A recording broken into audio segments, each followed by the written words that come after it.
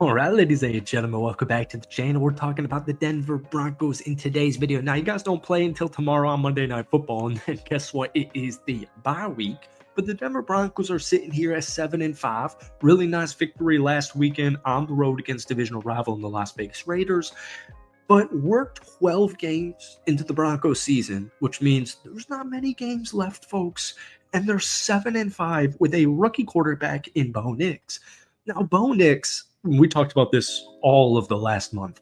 We were reading NFL Network. We were reading Bleacher Report. We were reading The Athletic, whatever it was. The best grade you would see for Bo Nix would be like a B-. Oh, he's too old. And then I don't even know why that was ever actually a narrative. But Sean Payton and Bo Nix and this defense, this top 5 defense, they're doing a phenomenal job. Now, we're going to talk about two things. We're going to talk about Bo Nix and the running game to help elevate this squad in today's video. But before we do, guys, hit that like button, hit that sub button for daily NFL content. We post a ton of Broncos videos on this channel. Appreciate and love each and every single one of you. You don't even understand it. If we can try and get this video to 200 likes, guys, that would mean the absolute world to me. Shout out to BetUs for sponsoring this. More on that in a couple of minutes, but let's get into it. So finally, Bo Nix is getting some praise here. Now, on the season, he's thrown for over 2,500 yards, 16 touchdowns, only 6 interceptions, but the last couple of weeks have been even better. Bo Nix is finally getting hype, and I think he's probably the leader or the leading candidate in the Rookie of the Year race. But man, in the last 3 weeks, he is second in passer rating at 118.6. He is third in EPA per dropback at 0.32, and he has thrown 8 touchdowns and, most importantly, 0 interceptions. Cortland Sutton, Devon Vele, Troy Franklin, Marvin Mims. Most people don't even know who these dudes are. Cortland Sutton is 4th in catches at 21 and 5th in receiving yards in that last 3-game time span. The biggest concern people have with this Broncos team is, who have they beaten? Technically, at the time of this recording, they've only beaten one team that currently has a winning record, the Falcons, in Week 11. But you don't pick your schedule.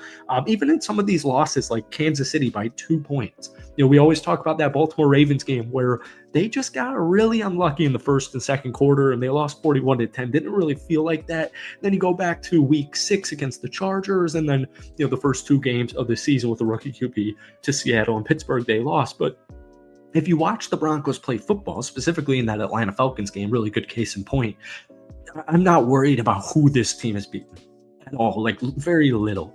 The Broncos are currently averaging 22 points per game, which is actually on pace for their best since 2015. 22 points a game is on pace for their best since 2015 at 22.1. They're 152 points since Week 7, are actually tied with the Kansas City Chiefs for the 7th most in the National Football League. And we're not even talking about the defense in today's video. We'll save that for hopefully after tomorrow night's victory or next week or whatever.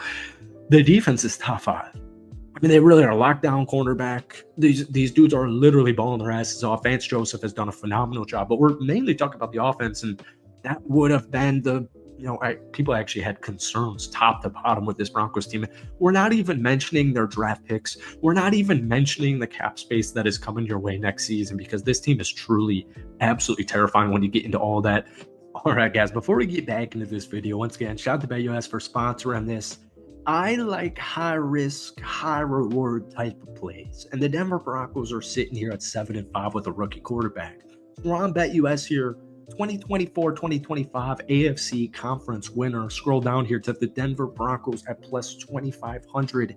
I'm just saying, if you're feeling ballsy, if you're feeling it, it's available to you over on BetUs. Keep in mind, guys, they're offering 150% bonus on your first deposit and 125% bonus on your next 2.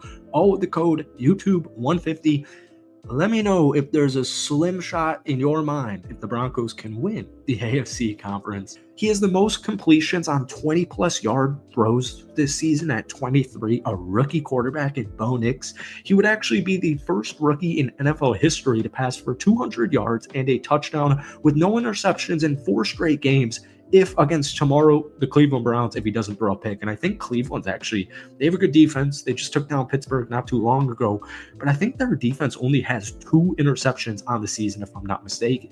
He has 5 games with 2 touchdowns and no interceptions, and he can join Justin Herbert, CJ Stroud, and Russell Wilson as the only rookies with 6. And there's still a lot of games left in the season. And also keep in mind, Herbert and Stroud were voted Offensive Rookie of the Year. Now, the one big issue I have, and issue is not even the right word, is just the running game. So, for example, against Las Vegas, Bo Nix threw the football 42 times. It's actually miraculous that when you throw a football 42 times in a football game, you finish that with 0 interceptions. I get it.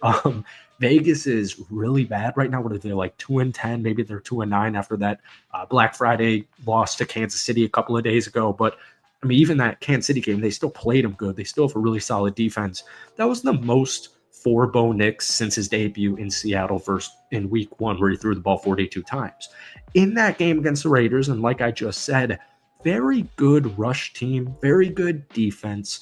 They got a lot of people like Max Crosby that we all know, but they are also banged up with Christian Wilkins done for the season, Malcolm Kuntz done for the season. But it is a really solid, stout defense.